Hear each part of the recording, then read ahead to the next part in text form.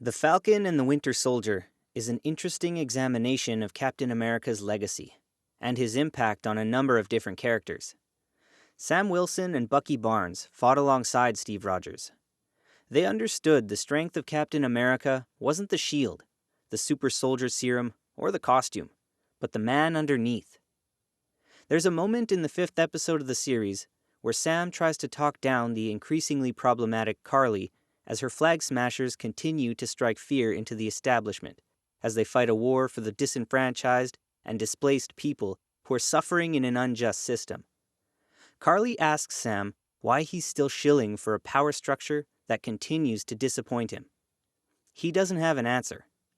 Not simply because the character is experiencing an existential conflict, but because Marvel plays fast and loose with the concept of deadly force and what justifies right and wrong in their cinematic universe.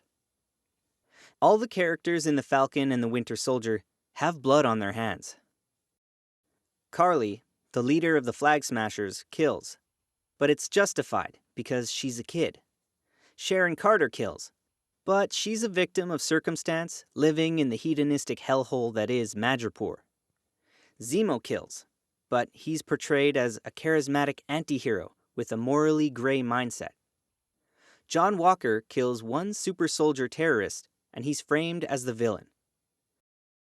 The murder committed by Walker is the most violent of the show and drenched in emotion.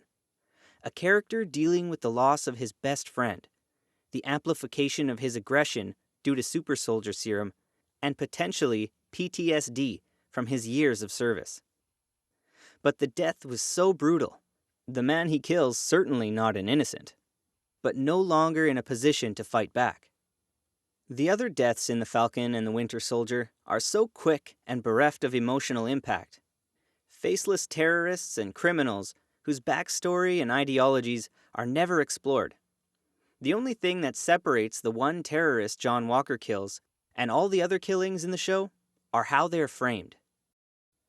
Marvel has made one thing abundantly clear throughout their 13-year cinematic history. The past doesn't matter. They are about creating moments. Characters will defy logic and swing like a pendulum back and forth on a moral or ideological spectrum in order to create entertaining and memorable moments. This is why we ended up with a Zemo who goes from suicidal at the end of Civil War to dancing like a drunk frat boy in The Falcon and the Winter Soldier. History has shown us that Sam Wilson will break the law and openly defy authority in one movie, before transforming into the voice of wisdom in his own show. He will kill enemies that stand in the way of his objective, but then try to talk down another because she's a kid. Mental gymnastics to position the character as someone who embodies the virtues of Steve Rogers.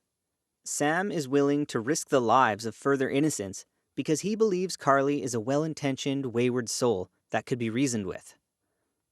What is unfortunate about The Falcon and the Winter Soldier is how Sam, in spite of being on the receiving end of countless indignities, is not allowed a true voice in his own story. Not only is he burdened by legacy, but burdened by the inevitable task of becoming Captain America, which, according to this version of the story, is about protecting the status quo and working within the system. Sam telling Carly that there's a right way and a wrong way to fight for justice is the same kind of tired rhetoric that conservatives use when people protest abuse and murder by law enforcement. These words coming from Sam Wilson's mouth feel forced. He's a principled man who has sacrificed for what he believes to be right, ostracized by a government who turned their back on him the moment he took a stand against something he believed to be unjust, consistently rebuked by the status quo society he lives in, whether he's being racially profiled by police officers or denied a bank loan to help his family's struggling business. The entire series has shown Sam how unfair this world can be, and yet here he is espousing the idea that Carly is waging an unfair fight against the global powers, seeking to restore the world to its pre-blip state. It doesn't reflect Sam's journey in any believable way, nor does it reflect the ideology of Steve Rogers, who always remembered the words of Abraham Erskine and understood the value of being a good man over the perfect soldier. John Walker embodies the inverse opposite of that idea. He wants to be the perfect soldier. He believes that pursuit will help save lives. And after watching his friend die by the hand of the Flag Smashers, he snaps and unleashes a brutal beating. Why is Sam better than John? Why are his killings less reviled? Because the creative team did a good job of taking time with Walker's meltdown. We see the anger and the rage, the boiling blood of a man who is consumed with unleashing retribution for the loss of his friends.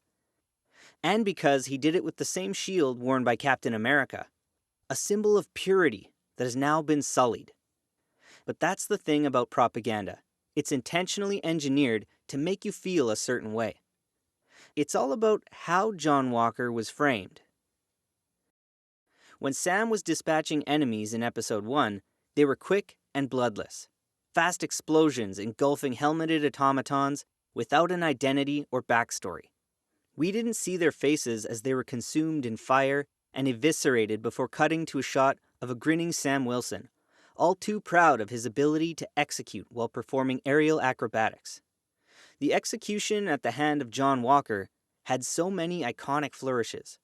To see someone in that costume committing an act of barbarism with a shield that so many viewed as an inspirational symbol of what America could be. Even though it was just one person that was killed, the way it was presented makes it seem so much worse. Even though both Sam and Bucky have a death toll that far exceeds John Walker. It's this kind of hypocrisy which makes the Falcon and the Winter Soldier such a strange experience. It's a show obsessed more with the iconography of symbols and those who represented them than their own experiences within that story. Sam, as the moral center and the avatar for the status quo, gives that these characters so often have to become in order to qualify as escapist entertainment. In the Marvel Cinematic Universe, to be Captain America is to walk a fine line between standing up for what is right and not challenging the tenets of American society that could lead into an ideological quagmire that might not mesh well with Disney's corporate mindset, where deadly force is justifiable so long as the killings are fast and bloodless, where the heroes and the villains are not separated by their actions, but how they're framed. Thanks for watching. Don't forget to like, subscribe, and check out our other videos.